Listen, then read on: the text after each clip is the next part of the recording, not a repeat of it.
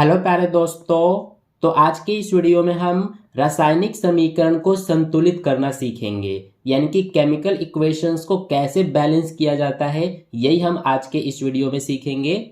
तो चलिए शुरू करते हैं। तो यहाँ पर देखिए, ये हमारे पास कुछ रासायनिक समीकरण है, तो इनको हम बारी बारी से संतुलित करेंगे। तो पहला हमारा क्या दिया गया है ये आप देख सकते हैं। तो सबसे पहले हम इसी को संतुलित करेंगे। यहाँ पर हम इसको लिख लेते हैं। हमें दिया गया है H2 प्लस O2 और H2O। तो इसमें देखिए, ये जो हमारा इधर है इसको हम बोलते हैं अभिकारक यानी कि रिएक्टेंट्स, और ये जो हमारा होता है इसको हम बोलते हैं उत्पाद यानी कि प्रोडक्ट्स। ये आपको पता होगा अच्छे से।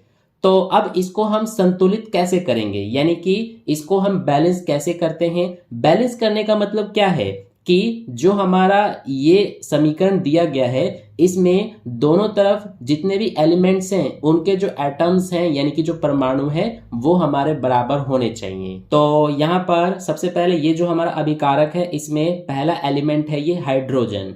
तो ये हमारा H2 है, यानी कि हाइड्रोजन के दो यहाँ पर एटम्स हैं, दो परमाणु हैं। तो सबसे पहले इसको हम लिख लेते हैं। हाइड्रोजन हमारा कितना है, 2 है। अब देखिए, ये सिर्फ H2 है, फिर इसके बाद प्लस आ गया, तो ये हमारा एक अलग ग्रुप का हो गया। तो इसीलिए इसको हम इस तरह से ब्रैकेट के अंदर बंद कर देंगे। इसके बाद दूसरा एलिमेंट इसमें हमारा है O2, ये हमारा ऑक्सीजन होता है, तो इसीलिए O लिख देंगे। और इसके कितने एटम्स हैं, तो इसके 2 हैं, तो यहाँ पर हम 2 लिख देंगे। अब ये हमारा क्योंकि अलग ग्रुप का है, एक अलग ग्रुप है इसका, तो इसीलिए इसको अलग ब्रैकेट में इस तरह से हम लिख देंगे। अब ऐसे ही इधर देखिए, ये हमारा प्रोडक्ट में यानी कि उत्पाद में H2O है, तो इसमें कितने एलिमेंट है, एक तो हमारा ये हाइड्रोजन है, तो इसको हम लिख लेंगे। हाइड्रोजन ये कितना है, 2, तो इसीलिए यहाँ पर 2 हो जाएगा। और फिर ऑक्सीजन भी है, तो यहाँ पर ऑक्सीजन, और इसके साथ कोई भी नंबर नहीं लिखा हुआ है, तो इसीलिए ये हमारा 1 माना जाएगा। ठीक है। अब ये दोनों जो है, ये हमारा हाइड्रोजन और ऑक्सीजन, ये दोनों क्या है कि ये एक ही ग्रुप में है, क्योंकि इनके बीच कोई प्लस का निशान नहीं लगा हुआ है। जैसे इन दोनों के बीच में यहाँ पर प्लस का निशान था, तो ये अलग ग्रुप का था, ये अलग ग्रुप का, इसीलिए इनको अलग अलग ब्रैकेट में लिख दिया। लेकिन इनके बीच कोई निशान नहीं है, तो ये एक ही ग्रुप के हैं, इसीलिए इनको एक ही ब्रैकेट में इस तरह से हम बंद कर देंगे। अब देखिए, इधर हमारा हाइड्रोजन 2 है, इधर भी हमारा हाइड्रोजन 2 है, यानी कि हाइड्रोजन दोनों में इक्वल है। इधर ऑक्सीजन हमारा कितना है, 2 है, और इधर ऑक्सीजन कितना है, 1 है। तो इसीलिए यहाँ पर हमारा O2 है और यहाँ पर O1 है, तो ये दोनों हमारे इक्वल नहीं है। तो हम क्या करेंगे कि इधर भी ये जो O है इसको 2 बना देंगे, यानी कि ऑक्सीजन को 2 बनाने के लिए इस पूरे में हमें 2 का गुणा करना पड़ेगा। ठीक है। अब ये जो 2 का हम गुणा कर रहे हैं, 2 का मल्टीप्लाई, तो 2 का इसमें भी मल्टीप्लाई होगा। H का जो ये एटम है 2, तो 2 दूना ये हो जाएगा 4, यानी कि हाइड्रोजन अब कितना हो गया, 4 हो गया। H हमारा 4 हो गया। इसके अलावा ये 2 का 1 में भी मल्टीप्लाई होगा, तो 2 एकम 2 हो जाएगा। तो ऑक्सीजन हमारा 2 हो गया। अब इधर देखिए, हाइड्रोजन कितना है, 2, इधर हाइड्रोजन कितना है, 4, तो ये दोनों इक्वल नहीं है। तो इक्वल करने के लिए इसमें भी हम 2 का इस तरह से मल्टीप्लाई कर देंगे, तो ये हमारा अब 2 दूना 4 हो जाएगा। अब देखिए, हाइड्रोजन 4 है, इधर भी हाइड्रोजन 4 है, ऑक्सीजन यहाँ पर 2 है, इधर भी हमारा ऑक्सीजन 2 है। तो अब हमारे ये क्या हो गए, बैलेंस हो गए, यानी कि इनको हमने, ये जो रासायनिक समीकरण है इसको संतुलित हमने कर दिया। ठीक है। हमने क्या किया है कि यहाँ पर इसमें 2 का मल्टीप्लाई किया है, इसीलिए यहाँ पर हम इस तरह से 2 लिख देंगे। और हमने क्या किया है कि इसमें भी 2 का मल्टीप्लाई किया है, तो इसीलिए यहाँ पर भी हम 2 लिख देंगे। ठीक है। तो ये अब हमारा क्या हो गया, ये एक संतुलित रासायनिक समीकरण बन गया। तो इस तरह से हम रासायनिक समीकरण को संतुलित करते हैं। तो ये तो हमने बहुत ही छोटा सा समीकरण लिया है। इसके अलावा अब देखिए, दूसरा हमारा इससे थोड़ा सा बड़ा है, इससे थोड़ा सा टफ है, तो इसको भी सबसे पहले यहाँ पर हम उतार लेते हैं। ये हमारा है Fe और प्लस में H2O, Fe3O4 प्लस H2 है। अब देखिए इसको हम कैसे बैलेंस करेंगे, कैसे इसको हम संतुलित करेंगे। तो सबसे पहले यहाँ पर हमारे पास है Fe यानी कि फेरस यानी कि आयरन। तो इसको सबसे पहले हम लिख लेते हैं। Fe इसके कितने एटम्स हैं, यहाँ पर कोई भी कोफिशिएंट नहीं है, कोई भी इसमें नंबर नहीं है, तो एक माना जाता है, तो इसीलिए Fe हमारा एक है। अब इसके बाद प्लस आ गया तो ये हमारा एक अलग ग्रुप का हो गया, तो इसीलिए इसको हम ब्रैकेट में इस तरह से बंद कर देंगे। फिर इसके बाद है H2O, तो यहाँ पर H हमारा कितना है, ये देखिए 2 है, तो इसीलिए H हमारा 2 हो जाएगा। O कितना है, O के साथ कोई भी नंबर नहीं है, तो इसीलिए ये हमारा 1 हो जाएगा। तो ये हमने लिख दिया। अब इधर भी देखिए Fe कितना है, तो Fe ये हमारा ये देखिए 3 है, तो यहाँ पर 3 लिखेंगे। O कितना है, O हमारा 4 है, तो इसीलिए ये O और ये 4 है, तो ये हमारा इसके बाद प्लस आ गया, तो ये एक ग्रुप का हो गया, एक अलग ग्रुप का, तो ये हमने ब्रैकेट में बंद कर दिया। फिर इसके बाद H2 है, यानी कि H हमारा कितना है, 2 है, तो इसको हम अलग ग्रुप में यानी कि इस तरह से ब्रैकेट में बंद कर देंगे, क्योंकि ये एक अलग ग्रुप का है। ठीक है, अब देखेंगे हम इधर हमारा Fe कितना है, 1 है, इधर Fe कितना है, 3 है, तो दोनों हमारे इक्वल नहीं है, दोनों हमारे बैलेंस नहीं है, तो इसीलिए दोनों को इक्वल करने के लिए इसमें भी हम 3 का मल्टीप्लाई कर देंगे, तो ये 3 एकम ये हो जाएगा 3, तो Fe इधर भी हमारा 3 बन गया, इधर भी Fe 3 है। इसके बाद अब हम देखेंगे, इसमें देखिए H कितना है, 2 है, और इसमें भी H हमारा कितना है, 2 ही है, और इधर O कितना है, 1 है, इधर O कितना है, 4 है, तो ये दोनों O जो है ये बैलेंस नहीं है, यानी कि ये दोनों इक्वल नहीं है, इधर 1 है, इधर 4 है, तो इसको भी 4 बनाने के लिए हम इस पूरे में 4 का गुणा कर देंगे। अब 4 का इसमें भी गुणा होगा और 4 का इसमें भी, तो 4 दूना ये हो जाएगा 8, और ये 4 एकम ये हो जाएगा 4। अब देखिए H हमारा कितना बन गया, 8, लेकिन इधर H कितना है, 2 है, तो इधर तो H हमारा 8 है, इधर H सिर्फ 2 ही है, तो इसको भी 8 बनाने के लिए 4 का गुणा कर देंगे, तो ये 4 दूना 8 हो गया। अब देखते हैं Fe इधर 3 है, इधर भी Fe 3 है, ये दोनों इक्वल हो गए, इधर H 8 है, इधर भी H 8 है, इधर O 4 है, इधर भी O 4 है, तो अब हमारा ये बैलेंस हो गया। तो हमने क्या क्या किया है, Fe में 3 का मल्टीप्लाई किया है, इसीलिए यहाँ पर 3 लिख देंगे। इसके अलावा H2O यानी कि इसमें हमने 4 का मल्टीप्लाई किया है, तो इसीलिए यहाँ पर 4 लिख देंगे। इधर हमने क्या किया, H2 में 4 का मल्टीप्लाई, तो H2 में यहाँ पर हम 4 लिख देंगे। ठीक है, तो ये हमारा इक्वेशन, ये हमने समीकरण को संतुलित कर दिया।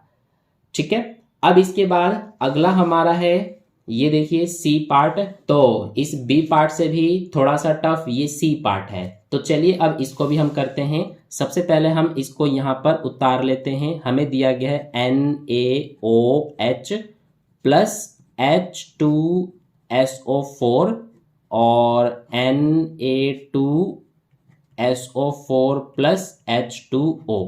अब देखिए यहाँ पर सबसे पहले तो यहाँ हमारा क्या है, Na है, तो Na को लिखेंगे, इसके साथ कोई भी नंबर नहीं है, तो क्या मानेंगे, 1 मानते हैं। इसके बाद O भी है यानी ऑक्सीजन, तो इसके साथ भी कोई नंबर नहीं है, तो ये भी 1 माना जाएगा, और H यानी हाइड्रोजन, तो ये भी हमारा 1 ही माना जाएगा। ठीक है, अब ये देखिए ये एक ग्रुप का है, तो इसीलिए इसको हम ब्रैकेट में बंद कर देंगे। इसके बाद अगला है H2 है, यानी कि H हमारा कितना है, 2। फिर S देखिए, तो S के साथ कोई भी नंबर नहीं है, तो इसीलिए S हमारा 1 हो जाएगा, और O देखिए O 4 है, तो इसीलिए O 4 हो जाएगा। ये एक ग्रुप का है, तो इसीलिए इसको हम इस तरह से ब्रैकेट में बंद कर देंगे, ये एक अलग ग्रुप का है, इसीलिए इसको हमने कर दिया। ऐसे ही इधर भी करेंगे। सबसे पहले Na है, तो Na ये देखिए 2 है यहाँ पर, तो इसीलिए 2 लिखेंगे। फिर S हमारा इसके साथ कोई भी नंबर नहीं है, तो S कितना हो जाएगा, 1, और O कितना है, 4, तो O हमारा 4 हो गया। ये एक अलग ग्रुप का है, इसीलिए इसको ब्रैकेट में बंद कर दिया। फिर क्या है H2O, तो H हमारा कितना है 2 और O कितना हो जाएगा, कुछ भी नहीं है नंबर, इसीलिए O 1 हो जाएगा। तो ये हमने लिख दिया। अब हम देखेंगे कि दोनों इक्वल हैं कि नहीं। इधर देखिए हमारा Na कितना है, यानी कि सोडियम 1 है, और इधर हमारा Na 2 है, तो इसीलिए दोनों बैलेंस नहीं है, इक्वल नहीं है, तो इसीलिए इक्वल करने के लिए इसमें भी हम 2 का मल्टीप्लाई कर देंगे। तो ये हमारा 2 एकम 2 हो जाएगा, 2 का इसमें भी मल्टीप्लाई होगा, ये भी 2 एकम 2, ये भी 2 एकम 2 हो जाएगा। अब देखिए Na2, इधर भी Na2, O इधर हमारा 2 है, लेकिन O इधर कितना है 4 है, और इधर H हमारा 2 है, और इधर भी H 2 ही है। इसके अलावा इधर देखिए हमारा O 1 भी है, और इधर भी H2 S1 और O इधर 4 है। तो अब हमें क्या करना पड़ेगा, इसमें हमारा H यहाँ पर 2 है और H यहाँ पर भी 2 है, तो ये हमारे H के 4 एटम्स हो गए, लेकिन इधर H के सिर्फ 2 ही एटम्स हैं, तो इसीलिए इसको भी 4 बनाने के लिए हम 2 का मल्टीप्लाई कर देंगे। तो ये 2 दूना 4 हो जाएगा, और इसका भी इससे करना पड़ेगा, तो 2 एकम 2 हो जाएगा।